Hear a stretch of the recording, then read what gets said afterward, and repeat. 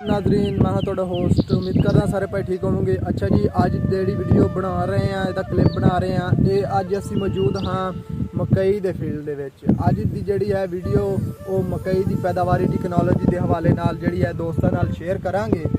तो जैसा कि इस टाइम तुसी देख सकते हो कैमरामैन भी कहने हैं कि थोनू जेहड़ा है कि मकई की सिचुएशन दिखाने हालत जी मौजूदा सूरत हाल है वो दिखाने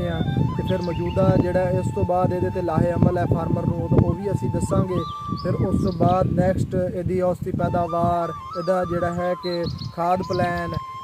पानी जड़ा है कि अपाशी का जोड़ा निज़ाम है वो कितने पानी लगनगे किस हिसाब न लगनगे वो भी सारा तुहानू दसदे हैं। मजीद जड़ा है कि ये वास्ते केड़ी चीज़ ज़रूरी है वो भी तुहानू दसदे हैं। मकई की जी है फसल एक बहुत ही मुनाफा बख्श फसल है जी कि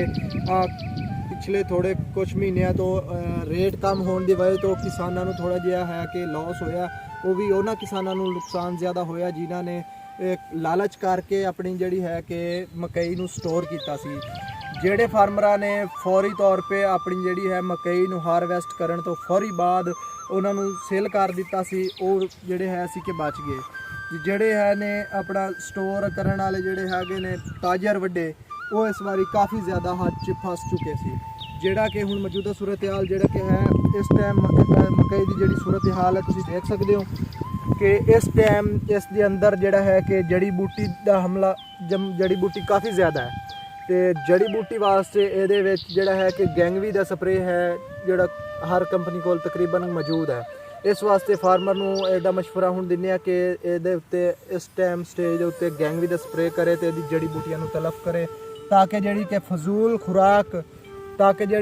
खुराक लै रहा या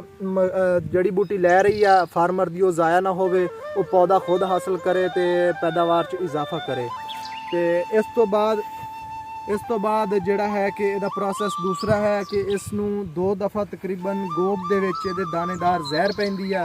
तो उस तो बाद 1 या 2 दफ़ा तकरीबन इहदे उपर जिहड़ा है बायोफेनथ्रीन एमामैक्टिन ल्यूफेनुरान तो इन्हां दा स्प्रे हुंदा आ जो कि इस दे विच गोब दे जिहड़ी सुंडी है उहदे अटैक वास्ते उहनूं कंट्रोल करन वास्ते इस्तेमाल हुंदी है। खादां दे लिहाज नाल गल करदे हां तो खादां दे विच इहनूं जिहड़ा है कि तकरीबन इहनूं 2 बोरी जिहड़ी है यूरिया 1 बोरी नैट्रोफास 1 बोरी DAP तो उस तो बाद जिहड़ा इहदे विच जिहड़ा सल्फर है उसकी भी जिहड़ा है कि फी एकड़ नूं 2 किलो पाना तो 3 तो 4 किलोग्राम जिंक है वो भी इनू देना है। उस तो बाद जिहड़ा 10 किलोग्राम फी एकड़ पोटाश ये वास्ते ज़रूरी है। ये नाल जिहड़ा है कि 3 किलो सोने वाले ने बुरान है वो भी ज़रूरी है ताकि इसकी पैदावार दे विच जिहड़ा खादर खा इजाफा करता है। तो यदि जिहड़ी मजीद है कि उसकी पैदावार है वो तकरीबन 100 ते 30 तो 40 मण फी एकड़ की एवरेज है जो कि एक फार्मर वास्ते एक अच्छी खासी अमाउंट है जिहड़ी कि कम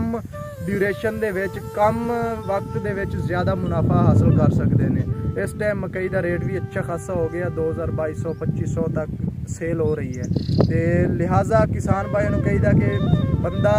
फसल वेच के पछतावे रख के ना पछतावे क्योंकि जिहड़ी भी रेट नसीबा का हुंदा रखे ना दे देवे फसल जिहड़ा नसीबा का रेट होगा उस ते बंदे नूं उस तो किस्मत उहदे नाल। बाकी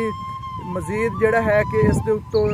सैलज भी बनता है उस हिसाब नाल एक तरतीब व्लॉग अगली नैक्सट वीडियो कोशिश करेंगे कि इहदे लिहाज नाल बनाइए कि जिस दे नाल सैलज भी बन सकता है इसका जिस तो फार्मर उहदे तो भी अगर कम ड्यूरेशन है उहदे विच होर ज़्यादा प्रॉफिट हासिल करना है तो वह भी तुहानूं क्लिप दे विच मजीद दसांगे कि की उहदा आइडिया आ जिस दे विच तुसीं ज़्यादा पैदावार हासिल कर सकते हो ज़्यादा मुनाफा हासिल कर सकते हो। तब तक अपने होस्ट अहमद वेलकम इजाज़त दो।